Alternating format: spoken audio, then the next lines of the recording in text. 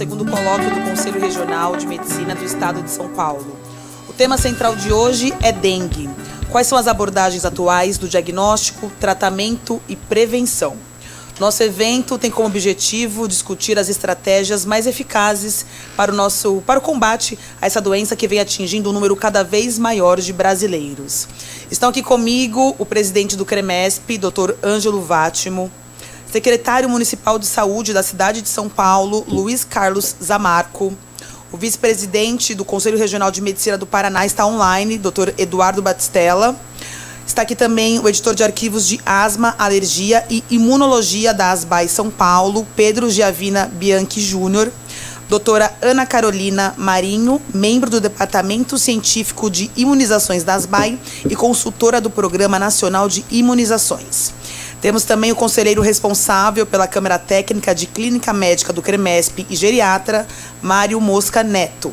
E Francisco Eduardo Cardoso Alves, ele é infectologista e delegado superintendente adjunto da Delegacia da Vila Mariana do CREMESP. Doutor Ângelo, boa noite. Dou as palavras para o senhor. Boa noite. Bem, boa noite a todos. Agradeço e cumprimento inicialmente o Dr. Zamarco, agradeço a sua presença, agradeço a presença de todos, do Eduardo Batistella, do Paraná, do Francisco, que irá discorrer sobre o tema, Dr. Pedro Giavina Bianchi, obrigado por ter vindo, doutora Ana Carolina, e o Dr. Mário Mosca, geriatra, que contribuirá falando sobre a dengue no idoso, que é de extrema importância e se reveste de maior gravidade, até pela condição do paciente. Bom, sem me alongar muito, nós escolhemos esse tema, até porque ele hoje, com o aumento da incidência dessa doença, já está se tornando praticamente, já é, melhor dizendo, uma epidemia, e ao contrário do que muitos pensam, ela pode se revestir de gravidade. Então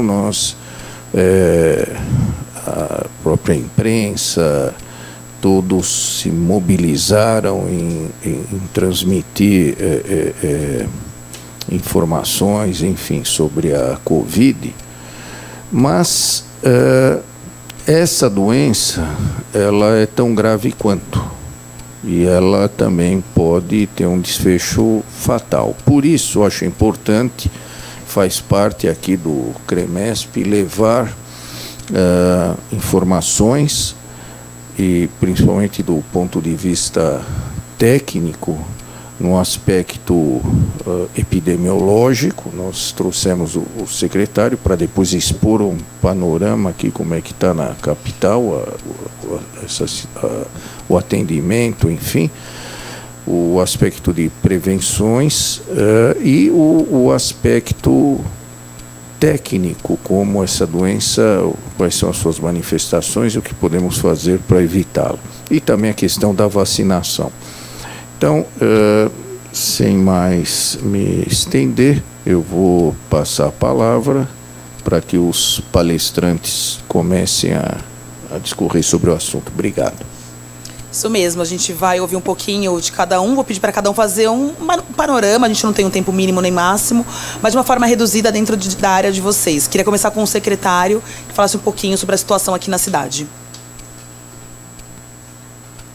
Boa noite a todos. Eu quero cumprimentar o Ângelo, o presidente do CRM, o Ângelo Vátimo, doutor Ângelo Vátimo, e em nome dele cumprimentar todas as autoridades que estão participando desse colóquio. Quero parabenizar o CRM por essa iniciativa. É muito importante, nós estamos vivendo, como o doutor Ângelo acabou de falar, uma situação importante, e uma epidemia já instalada no nosso país, né? Algumas cidades, alguns estados como São Paulo ainda não decretou epidemia. A gente tem os números de casos avançando, e controlado. Vou falar um pouquinho do cenário na cidade de São Paulo, né? A maior cidade da América Latina, maior cidade do nosso país. Nós temos aqui 12 milhões de habitantes. Chegamos nessa semana aqui com mais de 25 mil casos, mas a nossa taxa de incidência ainda nós estamos com 200 casos para cada 100 mil habitantes. Em algumas regiões da cidade, nós temos uma situação mais agravadas, né? Tem algumas regiões, alguns distritos administrativos, alguns bairros, nós temos casos, por exemplo, na Vila Jaguara, onde nós já chegamos a 3.500 casos por 100 mil habitantes. Então, a nossa situação mais crítica. Os outros bairros estão mantendo uma taxa menor. Temos os 10 bairros que estão com taxa acima de 300 casos por 100 mil habitantes. O maior deles é o Vila Jaguara, que está aí na faixa de 3.500 casos. E nós já fizemos uma ação preventiva que já iniciou em 2023. Em 2023, São Paulo, já identificando pelas mudanças climáticas, temperaturas altas, chuvas com seguidas de sol, um ambiente propício para o aumento dos criadouros do mosquito da dengue. E nós sabemos que de 75% a 80% desses criadouros estão dentro dos domicílios.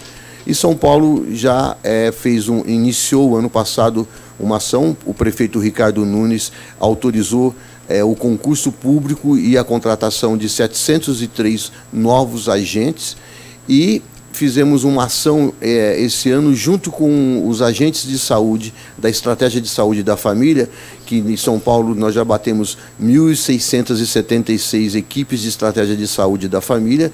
Então, esses agentes, junto com os 2.000 agentes que nós tínhamos de vigilância, nós colocamos na rua 12.000 agentes de saúde fazendo o casa a casa. Hoje nós estamos conseguindo fazer uma visita de 80.000 casas por dia. Fazemos 80.000 casas por dia, fazendo uma orientação para a população, né, com os cuidados que tem que ter com os recipientes, evitar água parada, e não só trocar a água dos vasos, dos recipientes, dos passarinhos, né? Essa Vila Jaguara, por exemplo, eu tive a oportunidade de fazer o casa a casa com os agentes de saúde para eu tentar entender o que tinha diferente nesse bairro para ter uma taxa de incidência tão alta, né? Ela é uma taxa de incidência 10 vezes maior do que a média das outras 10 maiores da cidade. Então, eu estive lá. O que a gente verificou? Uma população de classe média, classe média alta, que tem dentro das suas casas muitas plantas, né?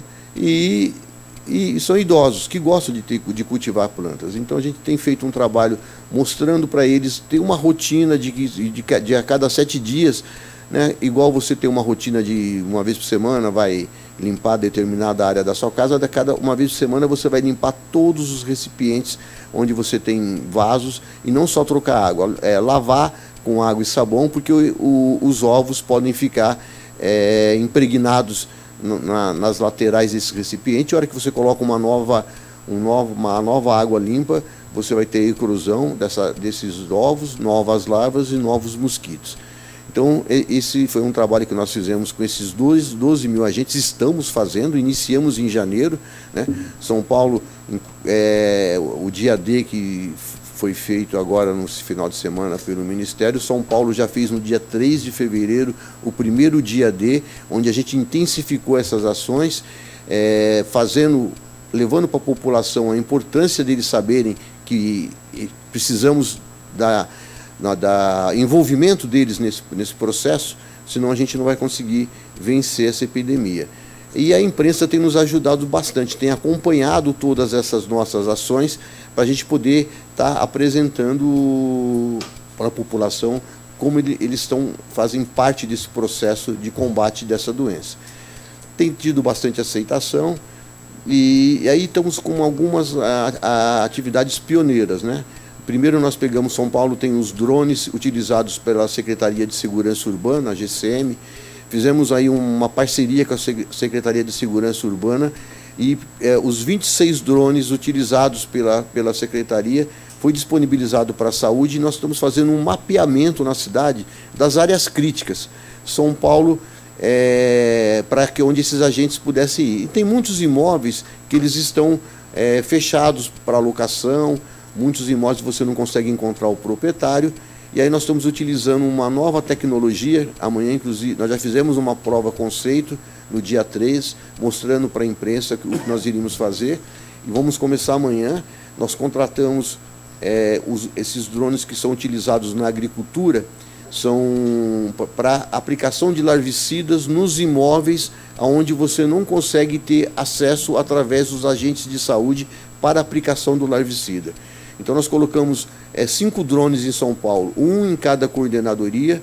Esses drones vão sobrevoar os domicílios que estão abandonados, que nós não conseguimos encontrar os proprietários, onde existe lâminas d'água, onde existe piscinas, para você aplicar o larvicida e eliminar esses criadouros. Essa é uma ação pioneira da cidade de São Paulo, que a gente vai começar.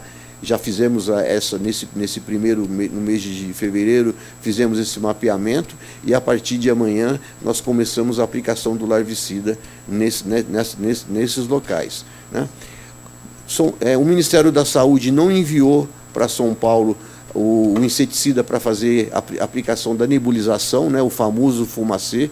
São Paulo é uma cidade muito grande, o Ministério da Saúde mandou 3.900 litros em dezembro. Nós pegamos e compramos 30 mil litros, que vai dar para usar até o final desse mês de março. Por enquanto não recebemos ainda mais nenhum litro do Ministério. Tem prometido aí que vão mandar 10 mil litros, mas ainda não encaminharam. Mas o prefeito Ricardo Nunes já autorizou uma nova compra para a gente poder não deixar a cidade desabastecida desse inseticida, que é importante. Essa aplicação, principalmente, nós estamos fazendo agora. A gente tem uma área de bloqueio que a gente faz normalmente, que é cada 660 metros do local onde foi identificado um paciente com casos de dengue. Hoje a cidade, com esse número de casos, a gente está aplicando fumacê praticamente na cidade inteira, quase todos os dias. Então, é importante que não falte esse insumo. O prefeito também comprou 400 mil testes e disponibilizamos os testes para dengue em todas as nossas unidades de saúde. Então, UBS, UPAs, AMAs, pronto-socorros, tem o teste para que o paciente, nos primeiros sintomas, né, na febre alta, dor de cabeça, ele já procure uma unidade. Não espere aparecer outros sintomas ou aparecer os sintomas mais graves, que são as petequias, as hemorragias, porque aí o paciente já está evoluindo para um caso grave. É importante ele procurar a unidade de saúde logo nos primeiros sintomas, para iniciar a hidratação, a iniciar o monitoramento e o acompanhamento para aquela unidade. Inclusive, nós fizemos um cartão, que é uma espécie de um prontuário, que o paciente, a partir do momento que ele é diagnosticado com dengue, em qualquer uma das nossas unidades, ele já vai receber ali o resultado do teste, o resultado do hemograma dele, a data de retorno na unidade, para ele ser reavaliado. E com isso a gente tem um grande número de casos, mas não temos um grande número de complicações. Até o momento nós temos 2 óbitos confirmados na cidade, né? Então, com esse grande número de casos, 2 óbitos confirmados, nesse momento, significa que a gente tem um controle do que está acontecendo na cidade de São Paulo. Temos ainda a compra de outros, compramos mais carros para nebulização, né? Saímos de 30 para 66 carros, compramos mais nebulizadores, enfim. A Prefeitura evitou muito recurso público, né, do orçamento municipal para poder combater a dengue na cidade de São Paulo. Uma cidade de 12 milhões de habitantes não poderia ficar sem esses insumos que, infelizmente, o Ministério da Saúde não encaminhou para a cidade de São Paulo. Obrigada, secretário. A gente sabe que o estado de São Paulo ocupa o 2º lugar no ranking, né, de casos de dengue, e o Paraná está em 4º lugar. Então eu queria ouvir um pouquinho o doutor Eduardo Batistella da situação aí no Paraná, doutor. Boa noite. Boa noite a todos. Muito obrigado pelo convite, né? Agradeço ao CREMESP, a todos os amigos que estão aí, Francisco, que é meu amigo também. O Paraná ele vive uma situação um pouco mais crítica. Nós já temos algumas cidades como Apucarana, que é no interior do Paraná, que já decretaram uma situação de calamidade, com muitos casos, né? Curitiba aqui, que é a capital, ainda está mais tranquilo.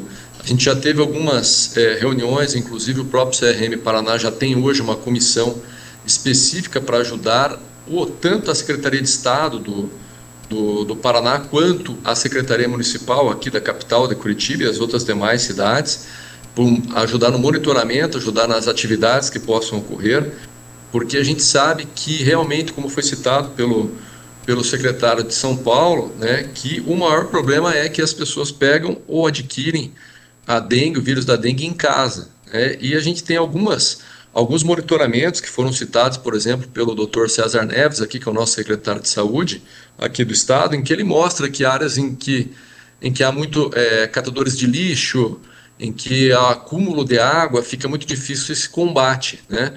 E também falando em relação a tratamento, isso seria, como o secretário já colocou muito bem, a prevenção, mas pensando em tratamento, já existe aqui no Paraná toda uma programação, caso os números aumentem, com hospitais de referência, treinamento para as UPAs, principalmente devido ao fato da dengue fazer essa hipovolemia e enganar um pouquinho as pessoas, porque elas começam com febre justamente no momento que elas estão afebril. Então começam com febre, quando elas começam a não ter febre, elas podem ter um período crítico, com hipovolemia, com desmaio, com queda de pressão arterial e hemorragia, e nós temos uma quantidade muito limitada de vacinas que foi oferecida ao Paraná, né, conforme as próprias palavras do nosso secretário de Estado, que é o Beto Preto, e o Dr. César Neves, que é o secretário-geral, e isso preocupou um pouco, mas aqui no Paraná existe essa preocupação em ter as UPAs com profissionais treinados adequadamente, né, para que eles saibam como conduzir o caso leve, moderado e grave, e os hospitais de referência, caso sejam necessários. Obrigada. Doutor Francisco, queria começar com o senhor com suas considerações iniciais, por favor. Boa noite a todos. Em nome do presidente do CRAMESP, eu agradeço a todos aqui a presença. Queria mandar um abraço para o Batistella, um grande colega. Mando um abraço para o Beto Preto, tá? Um grande secretário de saúde. A fala do secretário de saúde do município de São Paulo é muito importante, porque tem algumas coisas que a gente tem que lembrar quando fala de dengue. Primeiro, que não é novidade. Nós passamos aí um período crítico na pandemia, mas a população voltou a viver normalmente. Estamos num ano muito quente, e todos os fatores levaram a que a gente voltasse a ter uma epidemia de dengue em vários estados no Brasil. E alguns dados são importantes as pessoas saberem. Primeiro, já foi dito, né? 80% dos focos está no domicílio da própria pessoa que pegou a dengue. O mosquito, ele tem um raio de ação curto, ele age aproximadamente 1 quilômetro do local onde ele nasceu. Então, se está tendo muito dengue na região onde você mora, com certeza o foco está ali. E é uma coisa que é um trabalho que a vigilância epidemiológica tem que fazer, porque o Estado de São Paulo tem aqui 200 por 100 mil habitantes, casos, mas essa distribuição é heterogênea. Tem locais da cidade que não vão ter problema com dengue, e tem locais, como foi falado aqui, a Vila Jaguara, que está com 3.500 casos por 100 mil habitantes. É aí que entra o poder público para fazer as medidas de urgência, de contenção, de mitigação da doença. Mas não adianta só cobrar do poder público, a população tem que fazer o seu dever de casa. Tá? O mosquito do dengue, ele consegue depositar o ovo em qualquer água parada. Não precisa estar limpa, isso é um mito, tá, gente? O mosquito já se adaptou nas últimas décadas, água suja mesmo água bem suja, ele consegue depositar um ovo. Não adianta limpar, só esvaziar o recipiente, porque o ovo fica grudado na parede. Você tem que limpar todo o recipiente, senão você joga água lá de novo, o ovo volta e eclode, né? Se você tem planta, tem bromélia, essas plantas clássicas que estão associadas à infestação de mosquito, tem estudos mostrando que, por exemplo, quando você borrifa as bromélias com água, contendo um pouco de água sanitária, 40 gotas por litro, né, de água sanitária 2,5%, existem estudos mostrando que você consegue diminuir bastante a população de mosquito nessas plantas. Então, há como a população ajudar sem precisar demandar tanto do município que está atuando nos locais onde tem mais emergência. o ciclo do dengue, ele não é direto de humano para humano. Isso é importante também as pessoas saberem. Ele tem um vetor, um intermediário, que é o mosquito Aedes aegypti. Pelo nome, é um mosquito originário do Egito, se bem que hoje em dia tem gente contestando isso. Ele chega no Brasil lá no século XVII. Chega pelos portos e começa a fazer casos de dengue, que ainda não tinha esse nome, né?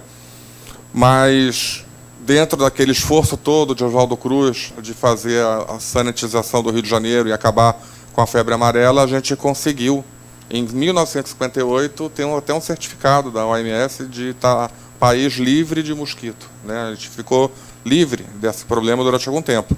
O problema é que os países vizinhos não fizeram a sua parte, notadamente os Estados Unidos da América, que demorou muito para entrar nesse combate ao mosquito. Os Estados Unidos só conseguiram erradicar o mosquito em 69.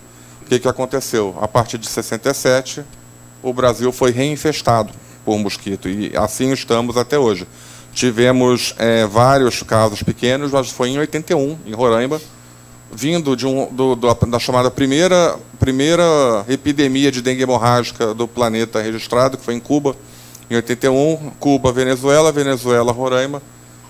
O mosquito foi infectado pelo vírus 1 e vírus 4, foi a primeira grande epidemia no Brasil com registro sorológico do dengue, e de lá para cá, nunca mais a gente se livrou disso. Então, há uma chance agora, que a gente vai falar mais à frente, a gente conseguir fazer um bloqueio sanitário, que é com a vacina, mas, infelizmente, como foi dito aqui, ela ainda não está disponível por questões referentes, na minha opinião, falhas do governo federal, mas que a gente tem que trabalhar agora para correr atrás e nos programar para o próximo verão, para que o verão de 2024 e 2025 seja o primeiro verão na história do Brasil, em décadas, que a gente esteja realmente livre de dengue.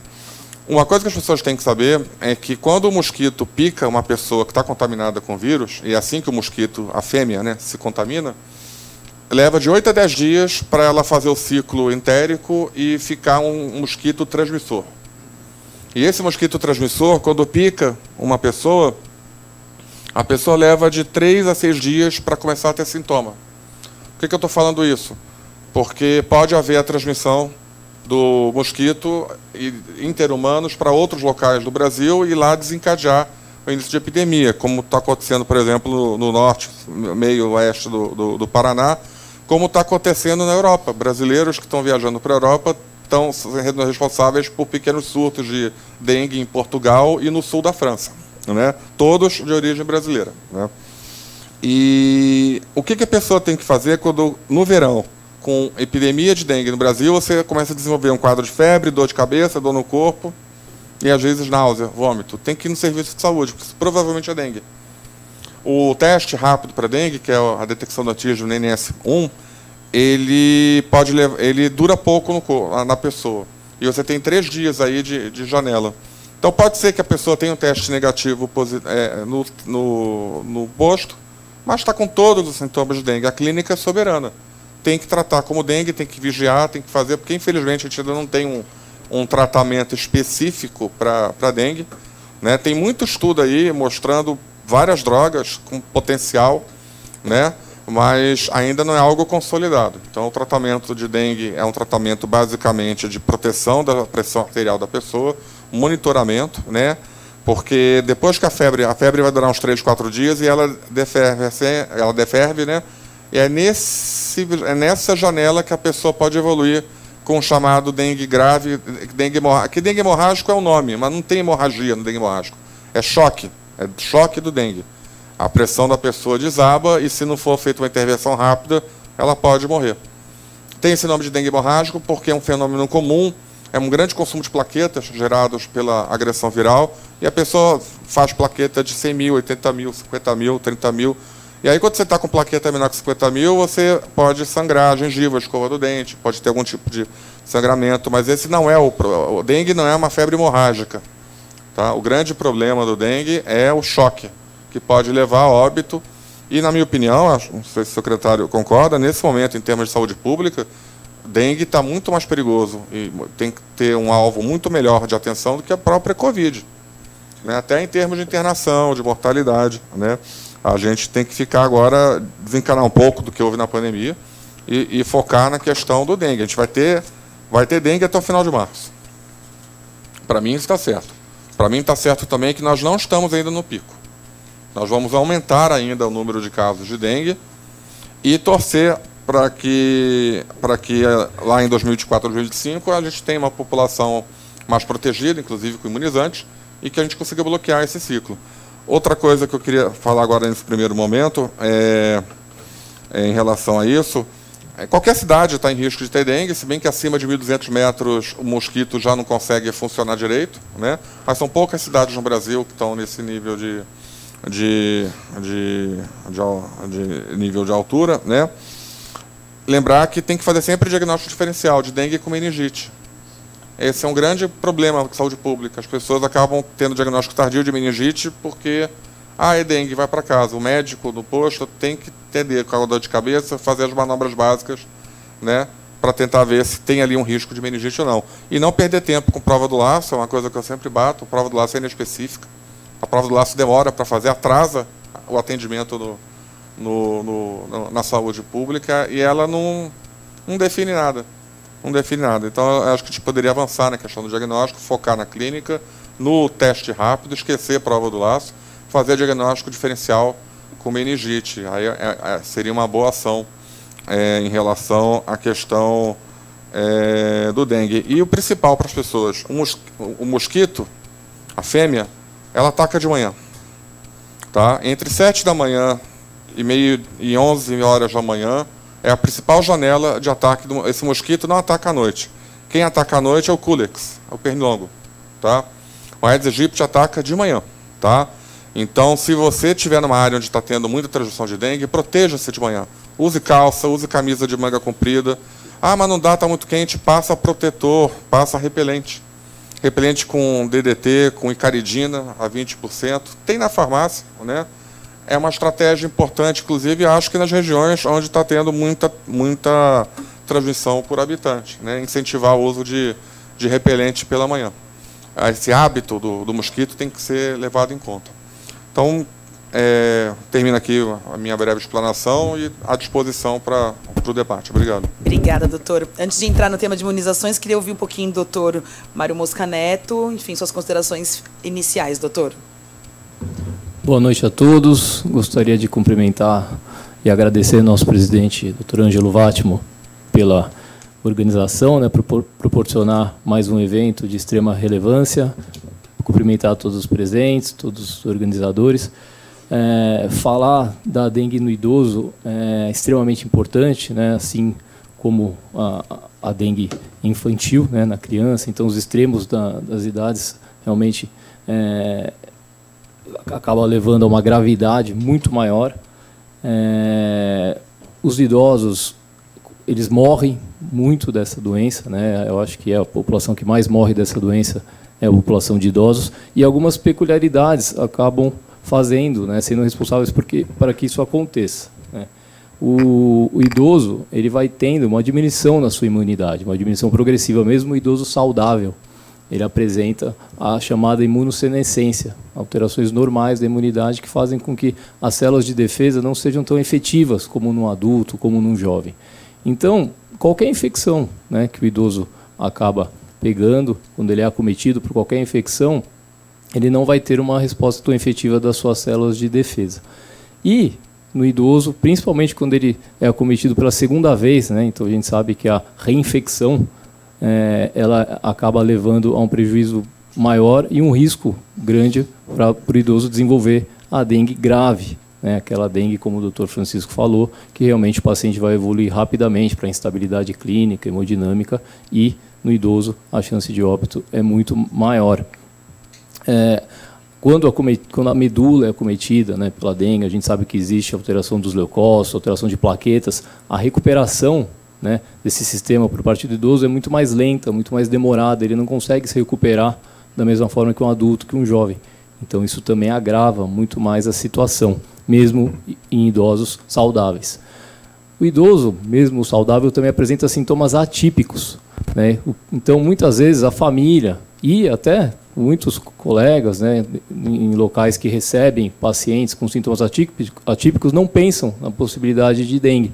Então, isso também precisa ser valorizado, a gente precisa falar que realmente pacientes idosos com quadros confusionais, quadros de sonolência, perda de apetite, não com aqueles sintomas clássicos, né, de dor retrocular, cefaleia, febre alta, mialgia importante. O idoso muitas vezes não apresenta esses sintomas clássicos e o diagnóstico não é pensado. Então, acho que isso tem que ser falado para tentar prevenir, né, um agravamento da situação e até esse aumento da mortalidade nessa parte da população. Além disso, difícil a gente encontrar um idoso que não tem mais de uma comorbidade, né? Infelizmente, a maior parte dos nossos idosos apresenta 2, 3, né, comorbidades. E aí, com certeza, uma infecção como a dengue, né, vai descompensar essas comorbidades, agravando a situação dele. Então, é aquela cardiopatia que descompensa, aquela pneumopatia que ele já apresenta que descompensa, descompensação renal, né, o paciente vai evoluir para insuficiência renal. Então, tudo que a gente tem que pensar quando se depara com um paciente que diagnosticou dengue, está positivo para dengue, será que eu não tenho que acolher esse paciente? Será que eu não tenho que monitorizar esse paciente, mesmo num primeiro momento não apresentando sintomas tão graves, mas com potencial de desenvolver esses sintomas? Então, é uma situação que a gente tem que pensar na tentativa de diminuir, né, desfechos desfavoráveis nessa parte da população. O idoso acometido por dengue também, com a sua resposta imunológica diminuída, vai abrir espaço para outras infecções que, associadas, também vão levar à instabilidade desse paciente. A vacina, né, ela não foi liberada ainda para essa população 60+, né, a gente sabe que ainda os estudos não foram concluídos para essa população, justamente por ser um vírus vivo atenuado, né, a gente não sabe exatamente quais os riscos que o paciente pode sofrer sendo vacinado, né, um idoso que já apresenta essa imunossenescência, que já apresenta múltiplas comorbidades, mas com certeza esses estudos vão evoluir e essa população vai sim ser vacinada. A resposta imunológica dos pacientes idosos às vacinas, ela não é tão boa como no adulto, como no jovem, ela não é tão efetiva, mas ela é fundamental, né? Não é porque a resposta ela não é tão efetiva que a gente não tem que vacinar. Com certeza vai ser um dos fatores que vai prevenir, né, do paciente evoluir mal por conta desse vírus, dessa doença. Então, como alguns países já da Europa, da União Europeia, essa vacina já é liberada, aqui também, mais cedo ou mais tarde, os idosos vão poder se beneficiar dessa vacina.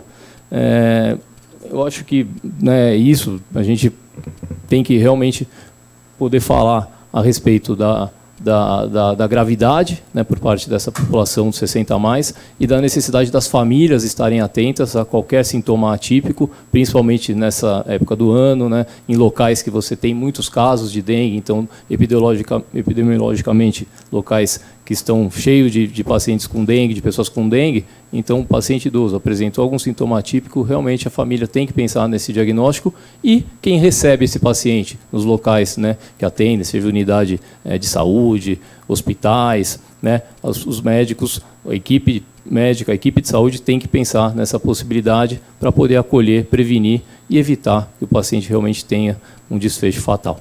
Tá bom? Acho que era isso. Obrigada, doutor. Entrando um pouquinho agora no tema de imunizações, temos 2 representantes da ASBAI aqui. Doutora Ana Carolina, por favor. Olá, boa noite a todos e todas. Eu gostaria de parabenizar o CREMESP, parabenizar ao doutor Ângelo pela iniciativa de trazer um tema tão importante, tão necessário, e que a gente precisa comunicar para a sociedade, né? Queria parabenizar também, doutor Luiz, pelas ações em São Paulo, né? Acho que são ações inovadoras numa cidade enorme, com muitos desafios, mas isso faz a gente crer que, né, existe uma possibilidade aí de que a gente consiga, principalmente para a dengue, quando a gente fala que assistência é muito importante, além de todas as ações de vigilância, mas a assistência hoje talvez seja o ponto muito crítico e muito importante, e São Paulo, o município de São Paulo mostrou muito bem isso. E aí, só para falar um pouquinho, né, da mesmo modo que foi falado, aqui o doutor Francisco falou que dengue não é um assunto novo, e vacina contra a dengue também não é um assunto novo, né? Aqui a gente tem uma vacina contra a dengue licenciada no país há muitos anos atrás. É uma vacina que, por algumas limitações, ela só podia ser utilizada para quem já tinha dengue, e aí não pegou muito, a gente acabou não utilizando essa vacina.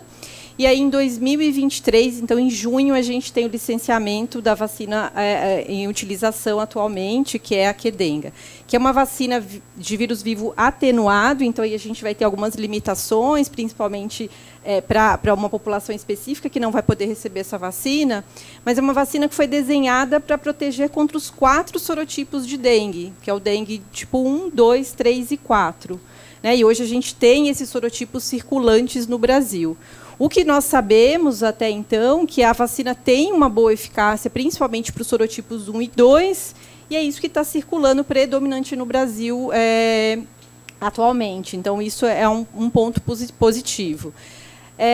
E amparados tanto por discussões da Organização Mundial de Saúde, da Organização Pan-Americana de Saúde, então, o Brasil decide, no final de 2023, estabelecer, então, a vacinação para o serviço público. Então, o Brasil é o primeiro país do mundo a oferecer uma vacina contra a dengue no serviço público. Alguns países a vacina já tinha sido licenciada no ano anterior, mas principalmente para viajantes, né, e para o sistema privado. E aí o grande desafio dessa vacinação, eu acho que isso acaba confundindo bastante a sociedade, é porque a vacina foi licenciada para 4 a 60 anos de idade, né? Então, para idosos, os estudos ainda estão em andamento, então essa foi a faixa etária dos estudos para o público privado. E aí, por que agora algumas cidades só fazer a vacinação para 10 a 14 anos e, numa primeira fase, 10 e 11 anos de idade? Então, a vacina está licenciada. Quem tem 4 a 60 anos pode, sim, receber a vacina, mas, para o serviço público, e aí por uma limitação do fabricante, que não conseguiu, que eles não conseguem uma capacidade de produção para toda a população elegível, só existe uma quantidade que não era suficiente de vacina para a população. E considerando que os idosos, né, que a gente não tem uma vacina, a vacina não está liberada para os idosos, como escolher ou selecionar, então, o público que se beneficiaria mais em relação à vacina? Então, seguindo até um pouco as recomendações do OMS, da OPAS, que eles delimitam, eles recomendam preferencialmente que a vacina seja utilizada numa faixa etária de 6 a 16 anos de idade, em municípios com uma alta incidência da doença, e principalmente considerando hospitalizações e casos graves, o Brasil, então, tenta fazer um desenho para essa população que se beneficiaria mais. E aí foi bem essa faixa etária de 10 a 14 anos, neste primeiro momento, que eu acho que é muito claro, né, para a gente, a vacina contra a dengue ela é estudada no mundo inteiro e é um objeto de desejo, na verdade, para o mundo inteiro, porque isso é um problema global, e o ideal seria que toda a população pudesse ser protegida, imunizada, e quem sabe aí para o próximo verão isso possa acontecer.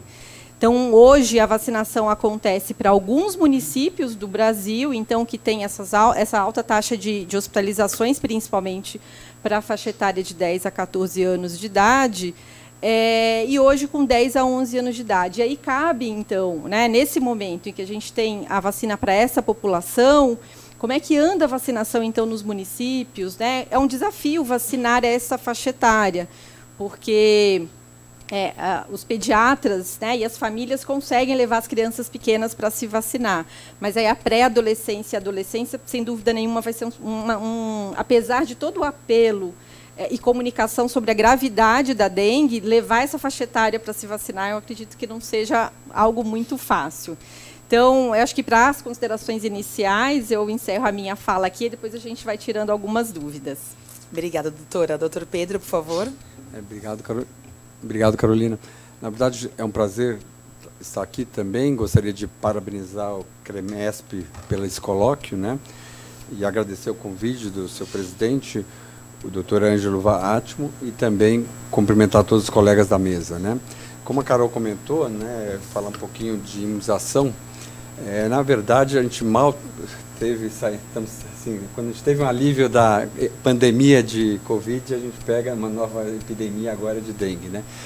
Então, a gente nem conseguiu respirar muito, mas realmente falar da importância da vacinação. Inclusive, tem alguns pesquisadores que consideram que a imunologia, eu e a Ana Carolina somos imunologistas clínicos e alergistas, consideram que a imunologia nasceu como um ramo da infectologia. Isso lá no final do século XVIII, quando um pesquisador chamado Edward Jenner desenvolveu a vacina da varíola. Nessa ocasião, começa a vacinação, vindo da vacínia, né, que era a varíola semelhante do gado, e junto com o desenvolvimento da vacina, a palavra profilaxia, que é a favor da proteção, né? Então, aqui foi muito bem falado pelo secretário, pelos colegas, que a gente tem que prevenir, tem que combater o mosquito, mas também uma outra forma de profilaxia é justamente a gente conseguir vacinar, né? Talvez a imunização, assim como outros adventos, como o desenvolvimento dos antibióticos, estão entre os grandes avanços da medicina, né? Talvez um dos maiores procedimentos em termos de prevenção que já foi feito na nossa área médica, né? Então, está aí o desafio, né? Existe a imunização, justamente a ideia para o pessoal que está nos assistindo é que você, sempre que o organismo tem o primeiro contato com um micro-organismo, seja um vírus, uma bactéria, é complicado, ele não está com o seu sistema imune totalmente preparado, ele tem toda uma linha de defesa, mas não está totalmente preparado. Então, a ideia da vacinação é justamente dar esse primeiro contato com o micro-organismo para que nos contatos subsequentes você tenha uma doença ou não tenha uma doença mais leve, né? A dengue tem seus problemas, porque essa imunização, a primeira vez tem que ser feita de uma maneira que seja preventiva, seja protetora. A gente sabe que dependendo como a vacina for desenvolvida, você pode até que a primeira dose da vacina faça o efeito daquela primeira infecção, então na segunda infecção o paciente pode ter, foi o que aconteceu com essa outra vacina que a Carol comentou, que já estava licenciada. A pessoa pode até ter uma forma grave, pois não desenvolveu uma forma protetora em frente à imunização. Mas lembrando que, embora realmente o colega da geriatria comentou que o idoso realmente é um grupo de risco, por ter seu sistema de imune também talvez já um pouco diminuído, uma certa imunodepressão com a senescência, né? Mas a criança também, daí por uma outra razão, por não ter o desenvolvimento pleno do seu sistema imunológico, né? Então, até isso também embasa a escolha da faixa etária que foi escolhida para a imunização agora. Acabou de sair um trabalho, a Índia é outro país que sofre muito com a dengue, né? Eles fizeram um trabalho lá em 3 serviços terciários, 3 hospitais terciários, só estudando crianças e adolescentes. E eles viram que a chance de ter dengue grave na infância, na Índia, foi igual à primeira infecção ou à segunda infecção, não fez diferença. E lá é complicado, porque a pior faixa etária de todos era com menor de 1 ano de idade, quando a criança era um lactente, né? Então, realmente, a criança também é um grupo de risco, ela não está com o seu sistema imunológico desenvolvido totalmente, e que ela pode ter, e o adulto também, né? Embora realmente várias evidências mostram que o pior seria pegar a segunda vez a dengue, se você pega um sorotipo diferente, por ter a dengue grave, mas ela ocorre também na prima infecção, e principalmente em criança. Então, nesse trabalho da Índia mostrou que tanto fez se a primeira ou a segunda infecção, eles mostraram muito bem, trabalho publicado na Nature agora, que criança tem dengue grave e tem na primeira infecção. Então, não precisa ser a segunda infecção. Mais uma razão para a gente, assim que possível e da melhor maneira possível, com os melhores vacinas que a gente tiver em mãos, imunizar a população. Obrigada.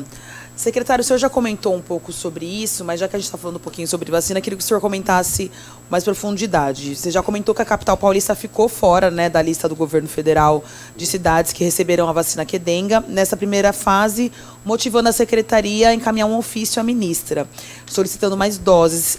Houve resposta desse documento e qual que era o teor do ofício? Assim? Ou seja, quais foram os argumentos usados para a alocação de vacinas para a capital de São Paulo?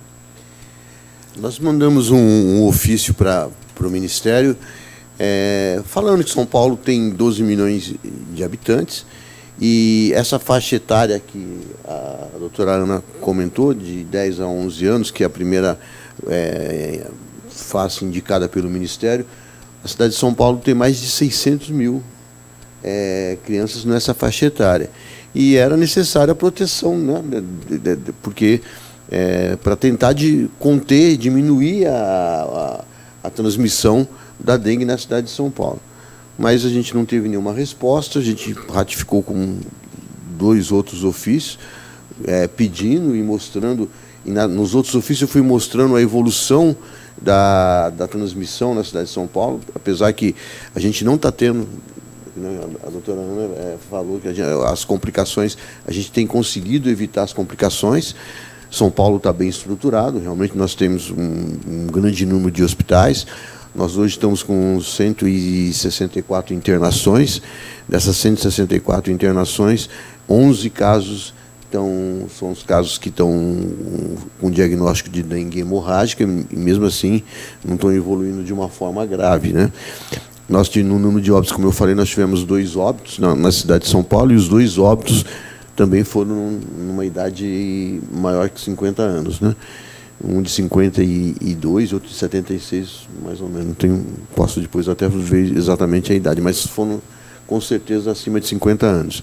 Nós temos 18 casos em investigação. Desses 18 casos em investigação, 13 são maiores que 50 anos. Temos um caso só de um adolescente de 13 anos que está sendo investigado. Mesmo assim, esse adolescente tinha várias comorbidades. Era obeso, diabético, enfim, ele tinha várias outras comorbidades que poderiam fazer essa descompensação, levar ele a um choque e levar ao óbito. Está sendo investigado, ainda não tem a confirmação se foi motivada, a morte foi motivada pela dengue. Então, nós encaminhamos esses ofícios mostrando a necessidade que a cidade de São Paulo tinha por conta de todo esse quadro. Não era porque a cidade de São Paulo ela tem sido efetiva no tratamento, na prevenção, né? São Paulo demonstrou, em 2023, a gente ficou com 119 casos por 100 mil habitantes, e mesmo agora com toda essa gravidade que a gente tem no estado, no Brasil, na cidade também, em alguns bairros, mas a gente ainda está com uma taxa de incidência de 1 para 200 mil, e o nosso número de casos realmente de internação não é grande. Temos um aumento de atendimento nas UPAs, né? As UPAs, acho que todos os municípios têm tido esse aumento. São Paulo não foge à regra, mas como a gente também aumentou muito o número de UPA na cidade de São Paulo, hoje nós estamos com 25 UPAs trabalhando, os pronto-socorros, enfim. Aí o que nós fizemos? Nós fizemos aqui fazemos esse monitoramento semanal, que eu até comentei no início, verificando quais os locais têm o maior número de atendimentos, e aí a gente tem colocado algumas tendas para ajudar essas UPAs. Nós colocamos na região de Itaquera a tenda, porque apesar de Itaquera não ter o maior número de incidência, mas em números absolutos é o bairro que tem maior número de casos. Como a população de Itaquera é muito grande, então quando você coloca para 100 mil habitantes, ele atinge uma taxa menor. Ao contrário do Vila Jaguara, que tem um número, quando você fala em número, eu tenho até aqui número absoluto, você posso até falar para vocês, é interessante isso. Você coloca aqui a Vila Jaguara, quando você fala de casos, um minutinho só. Quando você fala na Vila Jaguara, nós temos aqui a taxa de incidência de 3.236,7, né? E quando você fala em número de casos absolutos, na Vila Jaguara, tem 616 casos. Quando você fala na taxa de incidência em Itaquera, nós estamos com 754 casos por 100 mil habitantes. Mas aí, a hora que você fala em números absolutos, é o bairro que está em primeiro lugar, está com 1.611 casos confirmados.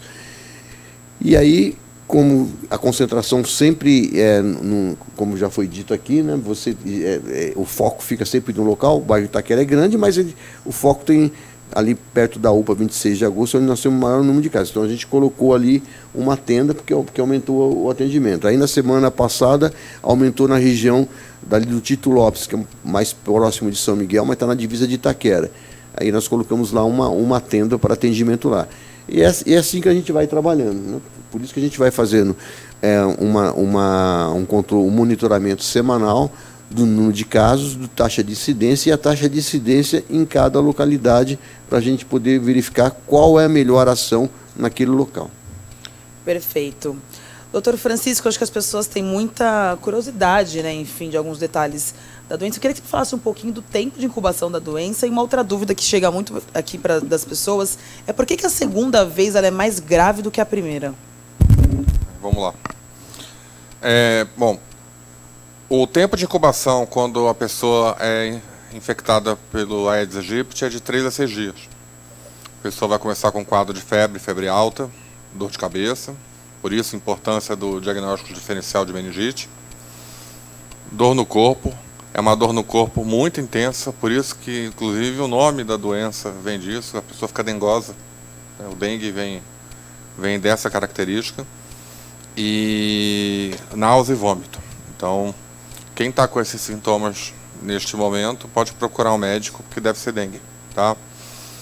Isso vai durar de 3 a 4 dias e essa é a fase crítica, quando a febre começa a baixar, que você pode ter os sintomas na medula óssea, no sequestro de linfócitos que o dengue promove, a queda das plaquetas, e você pode ter o choque, o chamado choque do dengue, ou conhecido popularmente como dengue hemorrágico, apesar da hemorragia não ser um papel fundamental nesse processo. E é aí que está a inteligência do sistema de saúde público em conseguir segurar esse pessoal durante 3 a 4 dias, que é quando a plaqueta começa a subir de novo, e normalmente o choque ele reverte, né? Eu sou médico da UTI do Emílio Ribas, que é o principal hospital de infectologia aqui de São Paulo.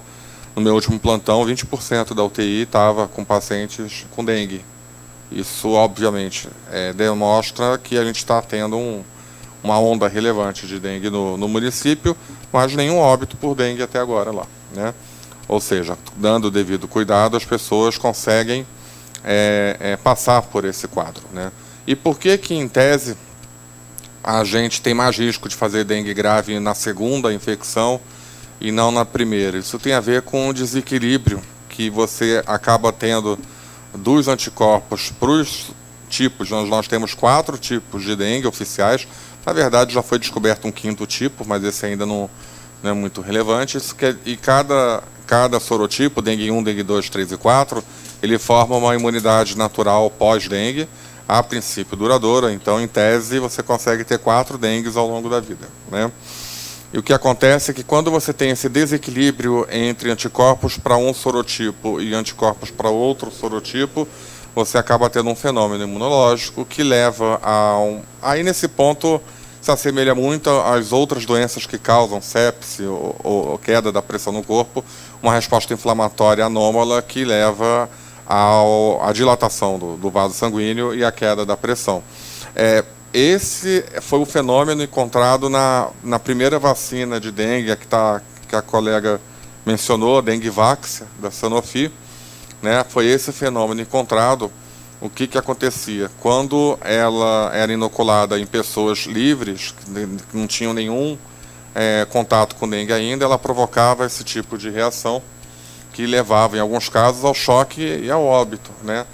Por isso que essa vacina nunca foi útil, porque para ela ser segura, a pessoa já teria que ter uma certa exposição ao dengue para evitar esse efeito adverso. Aí você vai fazer sorologia de 100 milhões de pessoas para depois não dar certo. A Qdenga, que vem agora em 2023, é uma vacina que os estudos mostraram que ela não faz esse tipo de reação, porque ela tem uma resposta mais equilibrada entre os sorotipos 1, 2, 3 e 4. Então, basicamente, o motivo de você ter um risco um pouco maior de evoluir com choque do dengue na segunda infecção é o desequilíbrio das respostas entre o anticorpo já formado e o anticorpo novo que está sendo formado. É por isso que, basicamente, tem que ficar de olho. A questão da Índia é interessante, mas a gente tem que lembrar um dado histórico, né? Enquanto que no Sudeste Asiático, basicamente, dengue é uma doença de idosos, a questão infantil se coloca no Brasil e a gente não sabe o porquê até hoje. No Brasil, as crianças tendem a ter um pouco mais de afecção pelo dengue nas faixas etárias já citadas do que no Sudeste Asiático, né? A gente não sabe por que isso ocorre, mas é um fenômeno daqui das Américas. Talvez por isso a OPAS tenha tentado priorizar a questão da vacinação nessa faixa etária. Na verdade, quando você prioriza a vacinação por faixa etária, é porque não tem vacina para todo mundo. Vamos falar a verdade, tá? Então você prioriza o grupo de maior risco, né? E o ideal seria que todos pudessem ter acesso ao imunizante, né? que aí você consegue fazer um bloqueio interessante. Só me preocupa a limitação para 60 anos, isso tem que ser vencido rapidamente, porque senão, se a gente conseguir, num mundo ideal, vacinar toda a população de 4 a 60 anos, no próximo verão essa população idosa vai ficar altamente exposta, né? Então isso também não é o ideal. Mas acho que deu para responder. Deu sim. E até pegando com esse gancho, eu queria perguntar para o doutor Mário essa questão, né, do manejo clínico da dengue quando a gente fala da população adulta e idosa, assim, né? Quais são as principais diferenças, o que principalmente a classe média deve ficar mais de olho? Na realidade, o manejo clínico da dengue é tratamento realmente sintomático, né? Como nos jovens, no adulto, você realmente vai se preocupar com hidratação, né? Tratar dor, tratar febre, né? Só que no idoso, né, como a gente falou, a maior parte acaba apresentando comorbidades, né? Então, o idoso apresentando diversas comorbidades, você tem que tomar muito cuidado com a questão cardíaca, com a questão pulmonar, com a questão renal. Então, é uma situação um pouquinho mais complexa, né? O risco desse paciente evoluir para instabilidade por conta da deficiência imunológica é muito maior e essa instabilidade pode ocorrer rapidamente. Então, muitas vezes a importância é detectar esse potencial de gravidade e saber o momento de acolher esse paciente, monitorizar, levar ele para um ambiente onde ele vai ter acesso, né, a realmente os recursos necessários caso ele apresente essa instabilização. Então, acho que os cuidados realmente são importantes no sentido de conhecer o paciente como um todo e entender o potencial de gravidade que essa doença pode levar. Perfeito. Doutor Eduardo, queria entender do senhor quais são as principais dificuldades enfrentadas no combate à dengue nesse contexto atual, falando um pouquinho do Paraná, mas trazendo esse contexto nacional, e qual que é o papel, na sua opinião, das políticas públicas na prevenção e controle da doença? Bom, então, como já foi muito bem explicado, eu vou falar um pouquinho dessa parte de prevenção, mas o que dá para a gente citar, por exemplo, Paraná, nós tivemos aí desde julho para cá, 37 mil casos, mais ou menos, 8.400 casos de dezembro para cá, e já estamos com 7 óbitos. Essa cidade que eu citei aí, Apucarana, ela não é uma cidade quente, ela é uma cidade de montanha, né? Isso chama muita atenção, porque você vai pensar que o vírus da dengue ele vai estar em água parada, né? Mas, de qualquer forma, é água parada dentro de casa. Ela não é bem a água que está no rio, que está onde vai ter algum hospedeiro, que vai ter alguma larva que vai competir, inclusive, com a larva do próprio vírus da dengue ali, né? Então, esse do vírus da dengue, não, desculpe, do Aedes, né? Então, acho que uma das maiores preocupações nossas realmente é o combate interno, dentro de casa, né? A gente sabe que até atrás da geladeira, quando acumula água ali, pode juntar o Aedes e ele vai transmitir o vírus. Lembrando que a fêmea, como o Francisco colocou muito bem, lembrando que atua mais no período da manhã, então a gente tem orientado também dentro das políticas públicas, né, eu seguiria quatro fatores principais, né? O primeiro é a população fazendo a sua parte, seria ali os 10 minutos que está sendo proposto para procurar onde tem água parada, porque lembrando que mesmo que você retire toda a água parada, se chover um pouquinho no lugar que fica um pratinho, aonde tinha ovos, esses ovos não acabam de uma vez. Então, o certo seria realmente por água sanitária ou algum produto mais ácido como vinagre. Então, cabe à população. Segundo ponto, cabe também aos secretários de saúde, como está o secretário de São Paulo, como tem os nossos secretários aqui fazendo um belo trabalho aqui no Paraná, em que eles têm entrado em contato com a parte médica e feito um bom treinamento. Imagina a dificuldade nossa que estamos aqui em Curitiba, que estamos acostumados com dengue, com IVAs e Covid, né? Isso a gente está muito acostumado a tratar. Agora, quando chega uma pessoa com dengue, que está com dor de cabeça, febre alta, é difícil ver na cabeça, mesmo de um médico bem treinado, de imediato, ele pensar em dengue. Agora, a gente não tem que ficar esperando lá fazer PCR, não tem que ficar esperando fazer IgG e IgM, você tem que pensar em tratamento, né? Porque se passar 3, 4 dias, passa a febre ali, ele faz um choque hipovolêmico, ele vai morrer, ele começa com dor abdominal intensa e pode virar óbito. E aonde que ele vai procurar? Vai procurar a UPA, né? E na UPA ele vai ter que se hidratar, então o médico ele tem que saber tratar o que é leve, o que é moderado, o que é grave, porque cada um vai ter um tratamento leve com hidratação em casa, da maneira adequada, lá fazendo a conta lá de 30 ml, 120 ml para adulto, colocando 1/3 de soro de reidratação, já resolve. Agora, o fumacê, ele é inadequado, né? Isso eu escutei de todos os secretários de saúde aqui de municípios, que a gente teve contato também, porque quando você está pensando em fumacê, porque já você já perdeu o teu ponto primário ali. As pessoas realmente já estão contaminadas, você já não está conseguindo dar conta nos hospitais, então você vai para o fumacê. A gente sabe que ele realmente não é eficaz. E o último ponto de saúde pública, sem sombra de dúvidas, é vacinas, né? Me preocupa um pouco como CRM Paraná, e aqui eu falo meu nome, do que eu represento, né, que é o nosso presidente Romualdo Gama. O que nos preocupou muito, a gente entrou em contato com a Secretaria de Estado, e aconteceu a mesma coisa em São Paulo, pelo que eu estou vendo. Nós recebemos 250 mil doses, que tem que ser dividido em duas. São 125 mil doses, né? Nós temos aqui muito mais de 7 a 8 milhões de pessoas, de crianças aqui no estado do Paraná. E nós vamos atingir aí 0,01%. Né? Então isso é importante, tem sua validade, mas qual que é a real validade de se vacinar 125 mil crianças, lembrando que são 2 doses.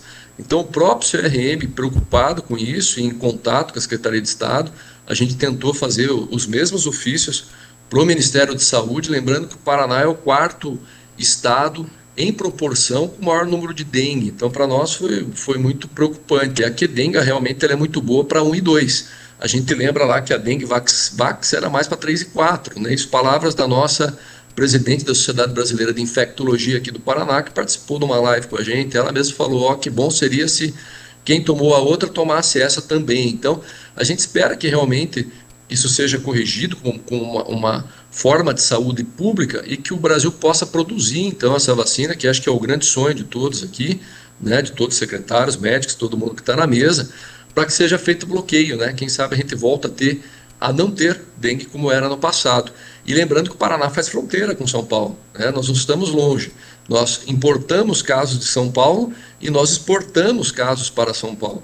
E daí a vigilância sanitária tem que agir de forma adequada, fazendo bloqueio, lembrando ao próprio paciente que está contaminado que ele tem que usar repelente para que a fêmea do Aedes não venha picar ele, não venha picar o colega que está do lado, né, o próprio familiar, já que pega dentro de casa. Então, são situações que são muito importantes, que as vigilâncias têm que funcionar de forma adequada. E quando uma cidade perde o controle, o que vem na cabeça de alguém que está na gestão, ou mesmo nós aqui que estamos fora, né? Faltou realmente procurar e investir em prevenção, né? Talvez prevenção lá no final não dá, não temos vacina para isso, então tem que ser prevenção com os pacientes mesmo aqui no começo, tratando ali, tentando tirar a água parada. Obrigada, doutor. E falando em prevenção, doutor Pedro, quais são as perspectivas para o desenvolvimento de novas vacinas contra a dengue? Eu queria que o senhor falasse de um cenário mundial, mas focando um pouquinho no Brasil e puxando uma sardinha talvez para o Instituto Butantan, que está aí desenvolvendo a vacina também. Perfeito. Na verdade, realmente a gente precisa de bons imunizantes, né? Como a gente viu, não é fácil fazer vacina contra vírus, né? A gente opta por fazer vírus atenuado justamente porque você simula mais o que acontece, porque na verdade tem 2 maneiras de você ficar protegido contra as infecções. Ou você pega a infecção naturalmente, ou você é vacinado. Então são as 2 grandes maneiras. Então a ideia da vacina é justamente você, de uma maneira controlada, ter um primeiro contato com aquele vírus, aquela bactéria, e no futuro estar protegido e não correr o risco de ter uma infecção mais grave, né? Problema, então o vírus, como ele desencadeia uma resposta imune, para você ter uma resposta adequada, muitas vezes ele tem que realmente ser um vírus atenuado. Não adianta você pegar e inativar o vírus, para a grande maioria deles, você não consegue dar uma proteção. Então você tem que simular uma infecçãozinha fraca para conseguir uma boa imunidade. Por isso que a vacina de RNA mensageiro para a Covid foi um grande avanço na medicina. Porque daí, de uma maneira, com uma nova estratégia, uma nova plataforma, você conseguiu dar uma boa proteção sem correr o risco de desencadear a doença naqueles pacientes, principalmente nos imunodeprimidos, naqueles que não têm uma imunidade adequada, que você, pela própria vacina, poderia ter infecção, né? Então, e a dengue tem essa história, além de ser vírus vivo, não poder, por exemplo, usar imunodeprimidos. Tem também o fato de, se você não imunizar direito, com uma proteção, você pode fazer o efeito da primeira infecção com a vacina e depois você ter um quadro mais grave quando ele tiver a infecção. Então, realmente, você tem que imunizar para os 4, dar proteção para os 4 sorotipos. Não adianta para dar para 1, para 2, para 3, né? Então, o que tem essa do Butantan é para os 4 também, assim como a Qdenga. Os estudos ainda estão em andamento, né? Então, teve agora que saiu no New England a primeira do Butantan, mostrando sua eficácia. Mas, por exemplo, nessa época que eles testaram no Brasil, só estava circulando 1 e 2. Então já não dá para saber se o 3 ou 4 essa vacina deu uma boa proteção. A gente vai precisar realmente, provavelmente agora com essa epidemia, a gente vai ter essa informação, se ela vai ser boa também para o 3 e o 4, né? Mas para o 2 mostrou uma boa proteção, ela dá para os 4 tipos, né? A princípio não teve nenhum efeito adverso tão importante nesse sentido, que foi relatado. Então, essas análises iniciais, que são precoces ainda, é uma vacina promissora e nacional, justamente, e que daria proteção para os 4 tipos, né? Então, o que a gente tem são, na verdade, a gente está apostando nessas duas, na Qdenga, que já está aí registrada, que tem uma certa proteção. Nenhuma das duas deram proteções assim, em termos de 90%, nada disso, mas que chegue em torno de 70% mais ou menos, já é uma grande proteção, mas é importante que, além de dar proteção, ela também não tenha esse fator ruim de desencadear mais dengues graves por não dar proteção para os 4 sorotipos. Então tem que ser uma vacina que não só dê proteção, mas dê para os 4 também, né? Obrigada. Doutora Carol, quando a gente fala em vacinas, às vezes as pessoas vêm com muitos mitos e verdades, né? E um mito que, não sei nem, você vai me responder na verdade agora, que a gente recebeu aqui pessoas que tiveram Covid ou influenza, se elas podem ou não receber a vacina contra a dengue e em qual intervalo? Qual que é a relação? É um ponto importante. Deixa eu só complementar um pouquinho a resposta do Pedro. Eu acho que a grande inovação que a vacina do Butantan traz é o fato de ser uma dose. Né? Então, isso seria, assim, em termos de epidemia, para a epidemia, para uma população como o Brasil, milhões de pessoas que se beneficiariam. Então, uma dose, eu acho que realmente a gente vai passar de 3 doses da Dengvax lá atrás para 2 doses de Qdenga agora, para uma vacina que tem um potencial para uma dose. Eu acho que a gente ficou muito contente com os resultados iniciais. E aí, sobre a grande dúvida, né? O doutor Eduardo até comentou, né, sobre os desafios, né? Covid, dengue e agora influenza. Então, em dezembro, a gente começa aí com o aumento do número de casos de Covid novamente, né? Nunca baixou, então sempre aquele platô mais alto fazendo picos. Janeiro aumenta o número de casos de Covid, janeiro começa a aumentar o número de casos de dengue, agora em fevereiro a gente começa a aumentar o número de casos de influenza. Então, hoje, infelizmente, Covid ainda mata mais do que dengue, mas aí a gente está com dengue nessa situação catastrófica também.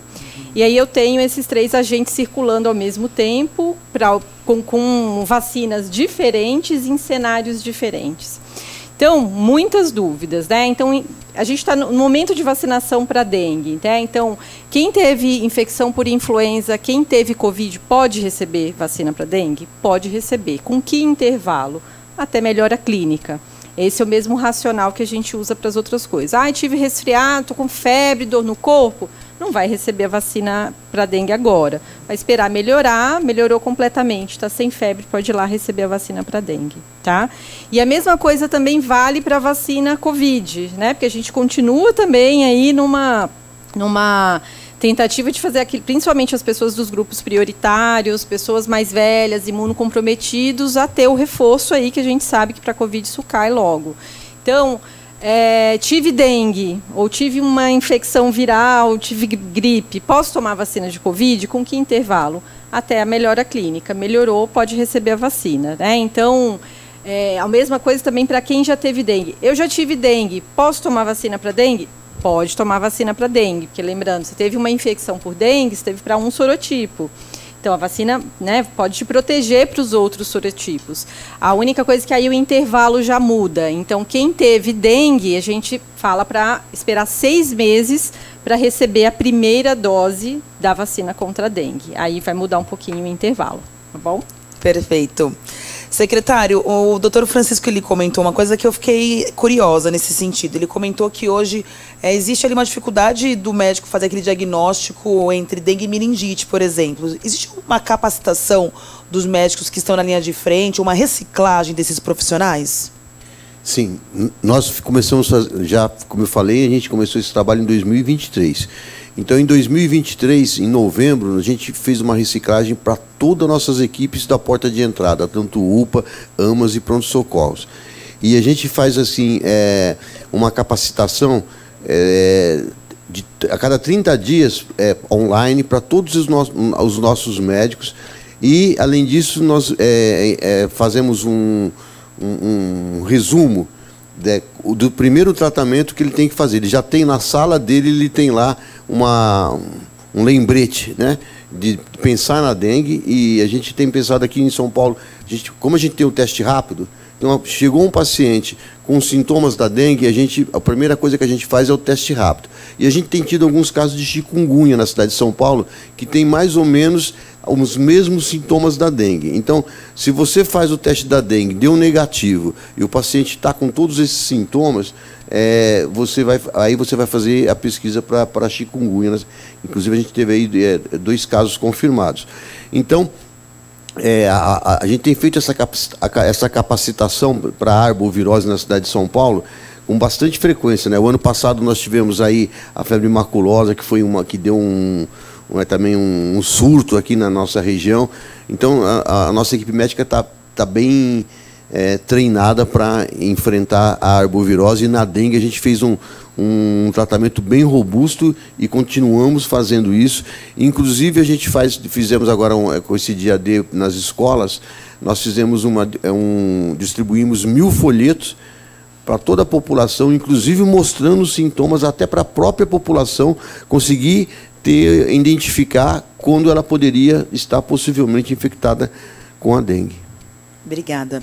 Doutor Francisco, queria que o senhor falasse um pouquinho quais são os principais desafios, né, que a gente encontra hoje aqui em São Paulo, principalmente quando o assunto é dengue, mas fala também dos principais avanços, assim, se é que existe, nesse sentido, alguma coisa positiva para falar. Existe, sim, coisa positiva para falar. Eu acho que os principais desafios é que é a maior cidade do Hemisfério Sul e milhões de habitações e milhões de contextos, né?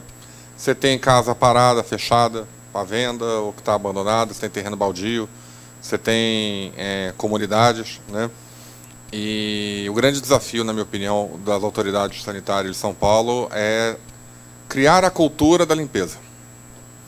É você criar a cultura de que dentro de casa você tem que fazer todo o possível para não ter água parada.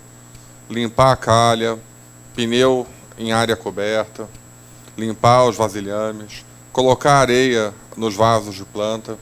Se for o caso, borrifar plantas com água sanitária naquela proporção que eu falei, né?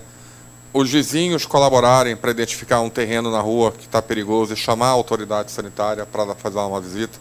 Como o Eduardo falou, o fumacê. Fumacê é igual mutirão, né, Eduardo? Se está precisando é porque o negócio já saiu do controle, né? Mas em alguns casos acho que até vale ser justamente isso, se a coisa está fora do controle, né? Mas é um indício de que houve falha no passado e aquela região chegou naquela situação. E um belo trabalho epidemiológico que acho que está sendo feito aqui para identificar quais são as áreas de risco em São Paulo. O uso de drone, isso é fantástico, né? Na minha opinião, o prefeito tem que viabilizar drones para a Secretaria de Saúde, porque você tem um avanço em mapeamento fenomenal com drone, né?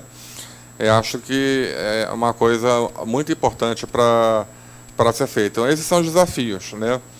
Criar a cultura da limpeza. Eu acho que passar o próximo ano vai ter eleição, tá? Então empata um pouco, mas criando a cultura da limpeza, né? Quanto mais limpo for o local, né, menor a chance de ter proliferação de mosquito.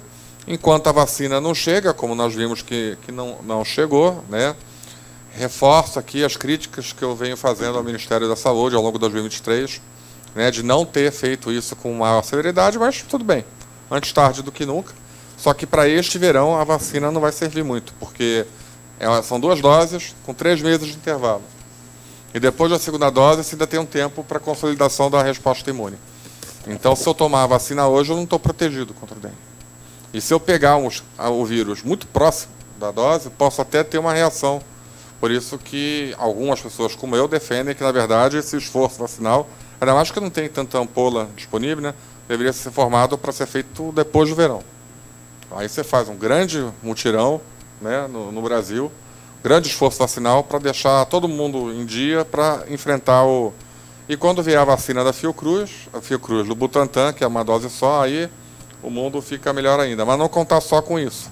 Nós temos que fazer a nossa parte. E a capacitação dos médicos, né? Muito importante essa questão, porque a primeira arbovirose é dengue, você tem que descartar a dengue, né? Lembrando que um teste negativo não necessariamente elimina a dengue, mas te força a procurar outros diagnósticos. Aí tem chikungunya, tem zika, né? Graças a Deus, febre amarela não está no contexto, porque Deus é brasileiro, né? E é isso, ter vigilância constante e não... É aquela regra que eu sempre falo, a pessoa foi na UPA, foi para casa, ela voltou de novo em menos de 40... Segura. Tá? É uma regra que a gente usa, eu trabalhei muito na porta, né? O paciente voltou lá, ele teve alta, 48 horas depois está voltando, tem algo aqui, vamos segurar mais esse paciente, né? Aí é uma questão da heurística médica mesmo. Mas é isso. Só lembrando alguns conceitos aqui, até complementando a fala da colega. Quando a gente tem alguma doença, a gente não pode tomar vacina imediatamente, né? Questões óbvias.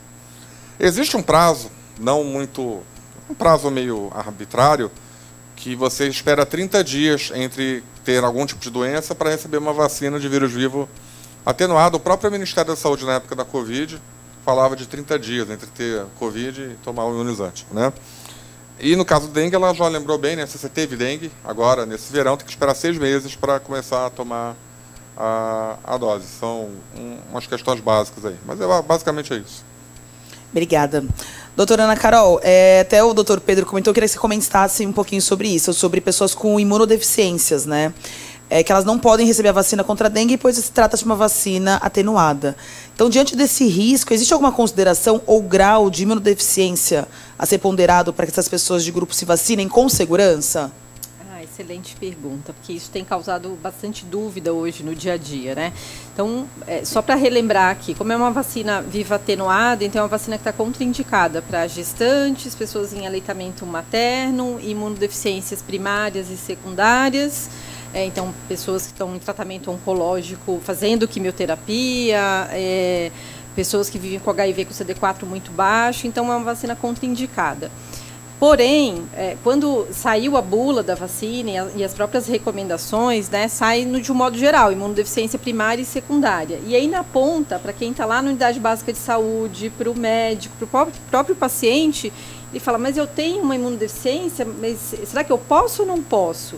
Então, para aquelas deficiências imunológicas mais leves, né, e aí a gente fala bastante, né, Pedro, a gente tem os erros inatos da imunidade, que são as imunodeficiências primárias, a vacina não é contraindicada para todas as imunodeficiências primárias, são para aquelas mais graves, aquelas que o paciente realmente tem o sistema imunológico muito comprometido. Então, a gente vai para um grau de detalhamento, mas isso é importante, porque às vezes eu vou privar uma pessoa que poderia receber a vacina, porque ela tem algum problema de saúde, mas não é tão grave assim, e eu posso privar essa pessoa de receber a vacina, né? Então, tem algumas nuances em relação a esses quadros de imunodeficiência, que se for um quadro mais leve, controlado, não está fazendo quimioterapia, não está fazendo nenhum tratamento imunossupressor grave, essas pessoas podem receber a vacina sob orientação médica. Perfeito. Até antes de abrir para as considerações finais, queria falar que esse encontro acho que foi muito importante, porque a gente reuniu pessoas de diversas áreas, mas, enfim, tratando de um tema muito importante neste momento aqui no país. E eu queria que o doutor Ângelo falasse um pouquinho da importância dessa discussão, da gente reunir profissionais tão gabaritados nessa noite. Bem, eu acho que ficou bem claro, nós, até pelo grau de conhecimento dos debatedores e também a questão das estratégias epidemiológicas, enfim. O que eu sempre realço, muitas vezes a gente acaba sempre batendo nesse ponto, e eu acho que é um ponto importante, e eu gosto de falar sempre desta maneira. Talvez não seja uma maneira que agrade a todos, mas o que eu quero dizer é o seguinte: doença, ela não tem sexo, não tem gênero, não tem raça e não tem condição social, ela dá em todas. E tratamento, estratégias epidemiológicas, não tem ideologia. Por quê? Porque nós devemos sempre priorizar a vida humana. E então é só isso que eu queria falar. Obrigada, doutor. Secretário, suas considerações finais, por favor. Bom, eu quero aqui agradecer e falar que esse debate é um debate muito importante, que é um momento crítico que a gente está vivendo no nosso país, na nossa cidade. E, assim, isso mostrar que trabalhar em conjunto, então trabalhar em parceria é o que vai ajudar a gente a combater essa doença. Em São Paulo, eu falei dos drones, então é uma parceria com a Secretaria da Segurança Urbana, a GCM. Quando o Francisco falou da limpeza, a gente tem uma parceria com a subprefeitura, então nós fizemos aí no dia D 38 mil agentes da subprefeitura foram fazer as limpezas dos córregos, então trabalhar e ir nas comunidades, fazendo uma limpeza urbana, fazer uma limpeza urbana para ajudar nessas ações, e uma parceria com a Secretaria Municipal da Educação, onde a gente distribuiu aí, como eu falei, mais de 1000 folhetos para as crianças levarem para suas residências, mostrando os sintomas, fazendo ações na escola. Aqui em São Paulo, nós temos um trabalho da Secretaria Municipal da Educação e da Secretaria Municipal da Saúde.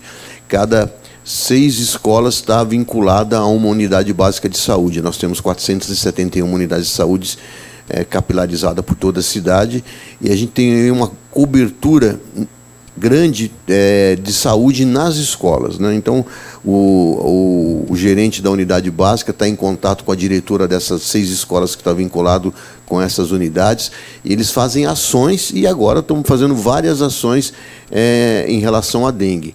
E isso tudo, esse trabalho conjunto, que faz com que a cidade tenha esse resultado que teve em 2023, de ter uma baixa incidência por 100 mil habitantes, e a gente continua trabalhando de forma persistente para a gente, nesse momento crítico, São Paulo dar uma boa resposta para a nossa população.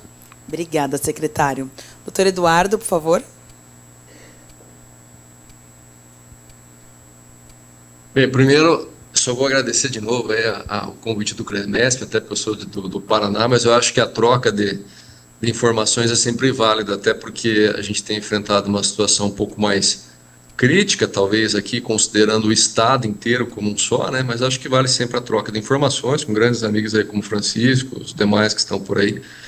Mas eu deixaria só o recado, realmente, é que algo que a gente está vendo aqui no Paraná, e algo que tem sido feito de uma maneira muito estratégica, muito apropriada, é realmente o secretário de Saúde, trabalhando com o secretário de Segurança, trabalhando com o secretário de Educação, e dentro do meio médico, dentro do meio da saúde, a preparação das UPAs, porque elas que fazem o primeiro atendimento, a preparação dos médicos, a capacitação do profissional, além do combate dentro de casa, é o principal que a gente tem visto aqui, que tem funcionado.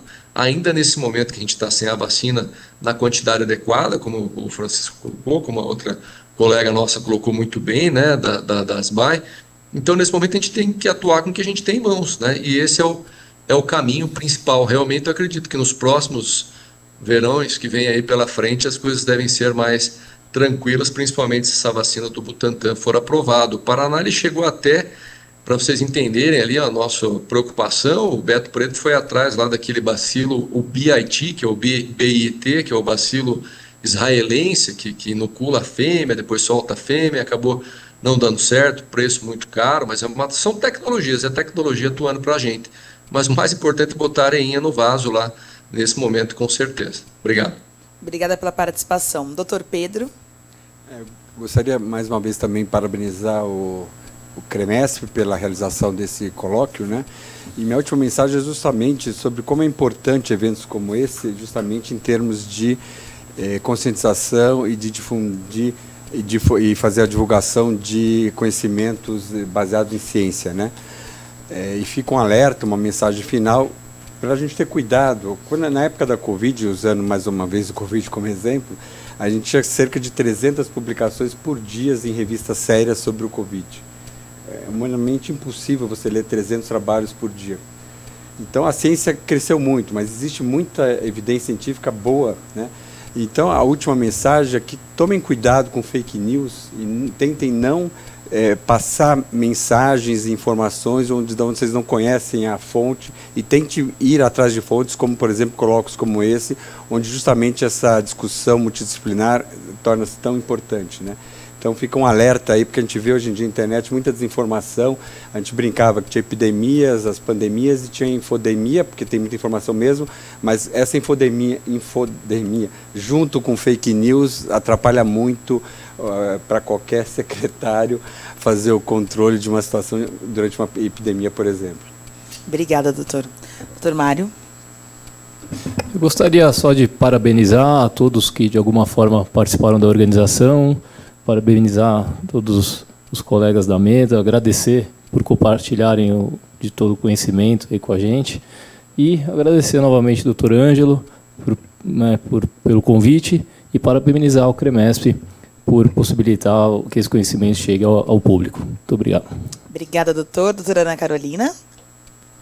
Eu gostaria de agradecer a oportunidade, né, um momento muito importante, parabenizar o CREMESP, parabenizar o secretário por trazer para a gente aqui, atualizar, na verdade, todas as ações de São Paulo e a oportunidade da discussão, né? Então, a questão da cooperação e ver, né, a gente médico, né, da ponta ali, que trabalha em hospital, então ver a vigilância trabalhando junto com a assistência, trabalhando junto com a gestão, acho que esse é o caminho. E além desse núcleo de cooperação, também ver, né, a interdisciplinariedade entre secretarias, entre estados, eu acho que, sem dúvida nenhuma, isso é um ganho muito grande.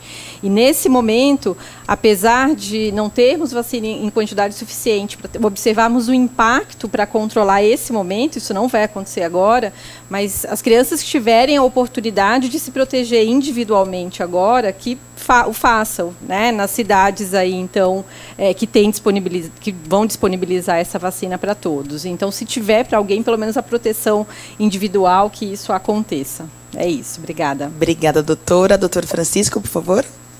Queria agradecer ao presidente do CREMESP, Ângelo Wachmann. Esse tipo de ação educacional do CREMESP é tudo que um conselho de medicina tem que fazer, voltada para profissionais de saúde e também voltada para a população, como hoje. Foram faladas coisas aqui que dificilmente você consegue achar numa fonte comum, né? Aproveitem esse vídeo, porque aqui tem informações muito relevantes para você se proteger do dengue, né? Informações epidemiológicas, informações sobre condutas a serem tomadas, né? Eu acho interessante. Disseminar o conhecimento sobre dengue, forma de prevenção e conduta é essencial. Parabenizo o município de São Paulo por estar fazendo isso. A gente precisa de milhares e milhares de folhetos para os pais, sintoma, o que eu tenho que fazer em casa. Isso ajuda muito nessa cultura da limpeza que a gente fala. Agradeço o CREMESP por estar abrindo a palavra para os especialistas falarem sobre esse assunto. É um tema que não se esgota aqui, mas a gente tentou fazer nesse colóquio aqui o básico, o essencial, que se for seguido pela população de São Paulo, nós não vamos mais ter problemas com dengue, mesmo na ausência da vacina, que a gente também vai tentar reverter isso para o próximo verão. Queria deixar um abraço para todos vocês. Obrigada, doutor. Bom, chegou ao fim o segundo colóquio do Conselho Regional de Medicina do Estado de São Paulo sobre dengue. Obrigada a todos que nos acompanharam esta noite. Até mais.